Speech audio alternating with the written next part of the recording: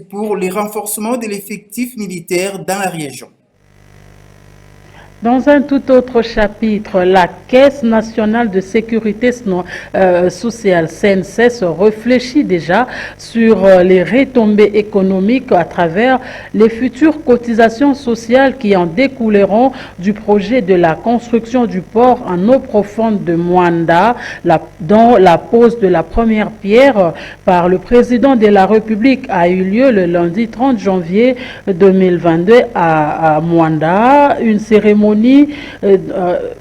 à Mwanda, voulais-je dire, une cérémonie dans laquelle le DG de la CNSS, le docteur Jean-Simon Foutikiakou, a pris part, nous rapporte Fiston Ngale. C'est à 13h45 que l'avion transportant le président de la République, Félix Tshisekedi, a atterri à l'aéroport de Mwanda.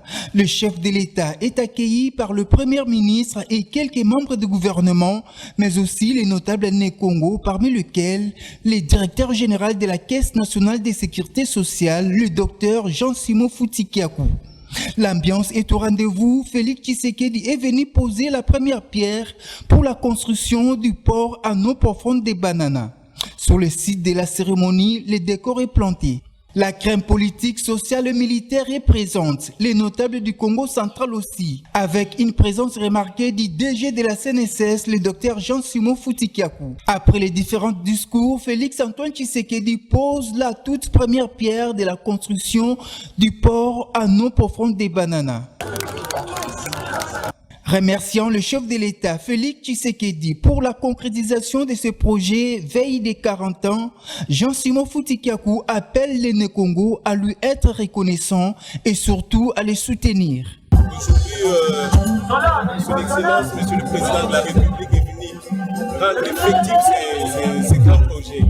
C'est une grande fierté, c'est une grande joie à travers l'ensemble de la province. Et le peuple Congo lui demeurera reconnaissant pour ça. Un bon manager et visionnaire, le DG de la CNSS prévoit déjà les retombées économiques qu'aura bénéficié son entreprise suite au paiement des cotisations sociales des futurs employeurs de ce grand projet. Effectivement, parce qu'il faudrait noter qu'il y a des emplois directs qui vont être payés comme indirects du fait de la naissance de ces grands ports. Notez qu'avec la construction de ce port, la RDC va booster son économie et sera ouverte un peu plus au monde. Une délégation de l'Agence japonaise de coopération internationale JICA, conduite par son représentant résident, a échangé le mercredi avec la vice-premier ministre, ministre de l'Environnement et Développement durable, Eve Bazaïba Massoudi. Au menu, la situation actuelle de la coopération japonaise dans le domaine de l'environnement forêt et celui de la lutte contre le changement climatique. Reportage. Cette délégation de l'Agence japonaise de coopération internationale JICA, conduite par son représentant résident Kazuano Shibata, a échangé avec la vice-premier ministre et ministre de l'Environnement et Développement durable, Ebazaya Massoudi, sur la situation actuelle de la coopération japonaise dans le domaine de l'environnement, forêt et celui de la lutte contre le changement climatique. La JICA CV appuyer l'opérationnalisation du système national de surveillance des forêts, un élément important pour la promotion des activités REDPLIS dans le bassin du Congo, qui est la deuxième zone des forêts tropicales dans le monde. Et aussi mettre en œuvre le projet pilote dans la province du Koulou en visant la réduction des déforestations existantes, ainsi que l'amélioration de la vie des populations locales à travers la promotion de l'agroforesterie. Je m'appelle Kazunao Shibata, représentant résident de la JICA, coopération japonaise.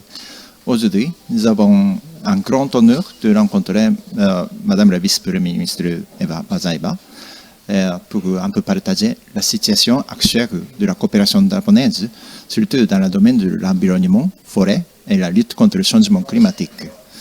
J'ai expliqué que depuis le 2010-2011, nous avons travaillé pour la gestion durable de forêt de la RDC, qui a l'importance non seulement pour le pays, mais aussi au niveau mondial. Nous avons maintenant un projet de coopération dans la province de Kwilu pour les activités pilotage de RED+. C'est pour non seulement gérer les forêts, mais aussi pour améliorer la vie de populations locales dans la province. Nous avons aussi expliqué notre étude en cours sur la tourbière qui absorbe énorme quantité de carbone dans votre terre sur les forêts. Particulièrement, Madame la vice-première ministre est intéressée sur l'étude de la tourbière et elle a souhaité de nous soutenir pour savoir que les ressources précieuses mieux par l'équipement et technologie sophistiquée par le Japon. Donc, nous sommes très contents aujourd'hui d'avoir un échange très riche avec la madame qui a promis de soutenir et accélérer la coopération dans le domaine de l'environnement, forêt et la lutte contre le changement climatique. Merci. La JICA affirme qu'une étude sur les tourbières est en cours car ces derniers absorbent d'énormes quantités de carbone dans les forêts. Émerveillée par cette initiative de la JICA, la vice-première ministre en charge du développement durable, promet de soutenir et d'accélérer la coopération dans les différents domaines de la forêt, environnement et changement climatique. Plusieurs autres projets sont en vue en République démocratique du Congo. Et puis, l'association des jeunes acteurs pour le changement, amis de Félix Tshisekedi, a remis un diplôme de mérite et un trophée au vice-ministre de l'Intérieur, Jean-Claude Moolipé, encourageant son apport pendant les 100 premiers jours du gouvernement. Jean-Michel Samalou Kondé, c'est un reportage de Gisèle Toko-Ekouchou. Les bonnes œuvres ne sont jamais perdues, dit-on. Le sens managérial et le savoir-faire du vice-ministre de l'Intérieur, Sécurité, Décentralisation et Affaires coutumières, Jean-Claude Moolipé Mandongo, depuis sa nomination, n'a laissé indifférente l'association des jeunes acteurs pour les changements, les amis à Félix Tshisekedi Tshilombo. C'est dans ces cadres que cette association est venue témoigner publiquement le mérite du vice-ministre Jean-Claude Moolipé avec la clairvoyance de son titulaire, le vice-premier ministre de l'Intérieur, Daniel Asselo Okito, qui se caractérise par une amélioration considérable de la situation sécuritaire en République démocratique du Congo, selon la vision du chef de l'État, Félix Antoine Tshisekedi Tshilombo. Conduite par son président Adam Matondo Kiala, la délégation de l'association des jeunes acteurs pour les changements a été reçue par le vice-ministre de l'Intérieur Jean-Claude Moolipé Mandongo dans son cabinet de travail pour la remise officielle de ses diplômes de mérite et d'un trophée encourageant son apport pendant le 100 premiers jours du gouvernement Jean-Michel Samalou Kondé. C'est par ces mots que le vice-ministre de l'Intérieur a remercié ses visiteurs pour la haute considération portée à sa modeste personne. Il parle du gouvernement, il parle du chef de l'État, il parle de son autorité morale. Que ce travail vous rende grâce, continuez toujours ainsi. Merci. Le coordonnateur des Amis de Fachi explique le pourquoi de ces diplômes de mérite.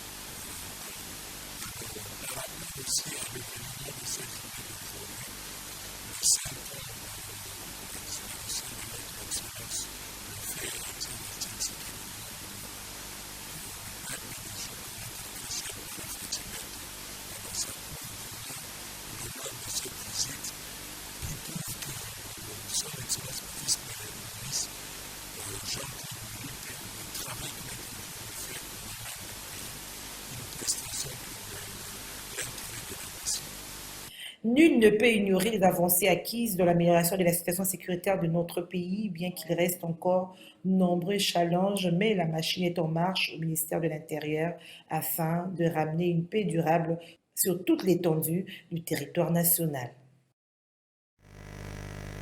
Projet d'urgence pour l'équité et le renforcement du système éducatif. La deuxième réunion du comité de pilotage s'est tenue le mercredi 2 février 2022. Il était question notamment d'évaluer l'état d'avancement du dit projet, nous dit Bobo Nzamba. Il était question au cours de cette deuxième réunion du comité de pilotage du projet d'urgence pour l'équité et les renforcements des systèmes éducatifs, d'évaluer l'état d'avancement du projet, les résultats, aussi les risques qui se présentent afin de ne pas rater les résultats attendus. Oui, déjà avant la validation du plan budgétisé, nous avons évalué l'état d'avancement de ce projet qui a amélioré notre capacité de consommation des appuis budgétaires. Nous avons également évalué les résultats et aussi le risque qui se présente afin que nous ne rations pas les résultats attendus en ce qui concerne le renforcement de systèmes d'enseignement dans notre pays, conformément au programme du gouvernement et à la vision du président de la République qui tient absolument à la gratuité de l'enseignement. Satisfaisant au cours de cette évaluation à mi-parcours, nous avons finalement validé le plan de travail budgétisé à plus de 64 millions, ce qui va nous amener à décaisser d'autres montants, notamment 130 millions et 180 qui va s'en suivre. En croire le coordonnateur du projet PERS, Guy Lawembo, l'autorisation de travailler dans les limites de ce budget leur a été donnée. Ce jour, d'abord, cette réunion ici, comme tout projet ou comme toute entreprise, avant de démarrer l'année, il faut établir un budget. Nous avons établi un budget et nous sommes venus devant le comité de pilotage qui a été institué par un arrêté ministériel du ministre de l'Enseignement primaire et secondaire. C'est dans ce cadre que nous sommes venus devant le ministre et tout le comité dans lequel le ministère des Finances est représenté par le secrétaire général, le ministère du Budget par le secrétaire général, la présidence de la République, la primature. Et devant tous ces représentants, nous avons défendu le budget. Et ils nous ont donné maintenant l'autorisation de travailler dans les limites de ce budget. Et une fois que nous commençons à travailler, nous pouvons réaliser nos résultats qui vont déclencher plus tard les paiements en termes d'appui budgétaire. Alors, que retenir du projet PERS? C'est un projet d'urgence pour l'équité et le renforcement du système éducatif. Le gouvernement, avec la Banque mondiale, se sont mis d'accord pour monter ce projet afin que la Banque mondiale puisse appuyer directement la mise en œuvre de la gratuité. Donc c'est un projet qui tient directement à cœur le président de la République.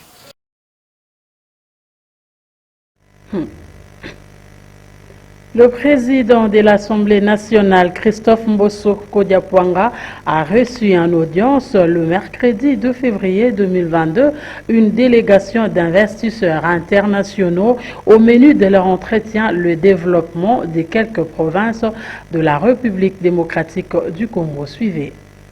Le développement de quelques provinces de la République démocratique du Congo avec le projet de lancement de 145 territoires était au centre des entretiens entre la délégation des investisseurs internationaux et le président de l'Assemblée nationale, Christophe Mbosso Kodiapwanga. Nous sommes une délégation des investisseurs internationaux. Il était question de venir rencontrer le président de l'Assemblée nationale pour échanger avec lui en ce qui concerne le développement de quelques provinces de la République démocratique du Congo. Essayer d'entrer aussi dans le projet de l'aménagement des 145 territoires. Et sur le fait, nous avons amené un message, aussi une proposition forte de la part des bailleurs de fonds internationaux qui veulent intervenir à ce qui concerne le développement de chaque secteur en RDC. S'il faut essayer un peu de numérer notamment les écoles, les hôpitaux, pourquoi pas dire le pont, les chaussées, tout ce qui contribue aux infrastructures pour un Congo uni et fort. Et c'est pourquoi nous sommes là. Nous attendons une réponse, un avis favorable de notre requête Nous sommes sûrs que cette proposition est tombée vraiment auprès d'une personne fiable, auprès d'une personne qui a le sens de responsabilité, auprès d'une personne qui va amener ces dossiers jusqu'à sa concrétisation. Coup de projecteur sur l'avenue Moadi à l'UPN, dans la commune de Ngalema, une avenue impraticable à moindre pluie, menaçant d'enclaver suite aux têtes d'érosion. Suivez ce reportage.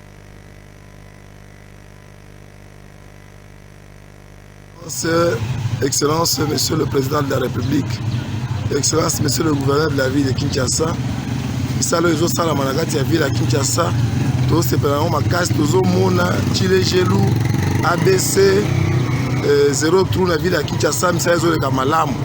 Mais eza na coin moko bobosani yango na ville ya Kinshasa, ezali awa na IPN. Toza sur l'avenue Boadi. Avenue Boadi oyo eza ya kobeba makasi, donc ndenge eza wa population moyebi eza te parce que nzela eza te. Et puis ils ont provoqué l'érosion. Ce que vous voyez n'est qu'une partie de l'avenue Boadi à l'UPN dans la commune d'Ngalema. L'impraticabilité de cette avenue risquait d'enclaver cette partie de la capitale face aux têtes d'érosion qui se retrouvent au fond de l'avenue.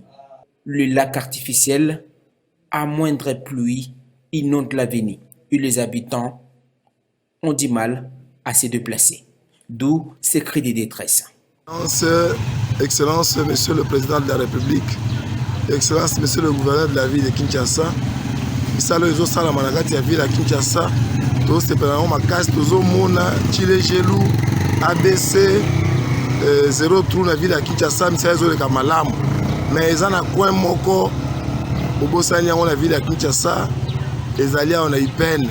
Toza sur l'avenue Boadi. Avenue Boadi oyo eza ya kobeba makasi, donc ndenge eza wa population moyebi eza te parce que nzela eza te.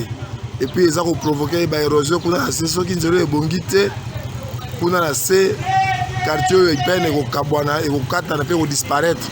Tosengi na bino s'il vous plaît bo prendre en compte nzela oyo quartier Boadi na IPN po moyen eza te. Tala bino moko ndenge nzela ezali ndenge ezala bato baza kotambola na kati na mai kuna na se eza ya kobeba batete d'érosion esala ni ebele. Merci beaucoup, Mokonzi Mboka, merci mingi. Espérons que les autorités du pays, à travers leurs projets, notamment Zéro Trou, passeront par ici. C'en est fini pour cette session d'information. Merci à vous de l'avoir suivi. Au revoir.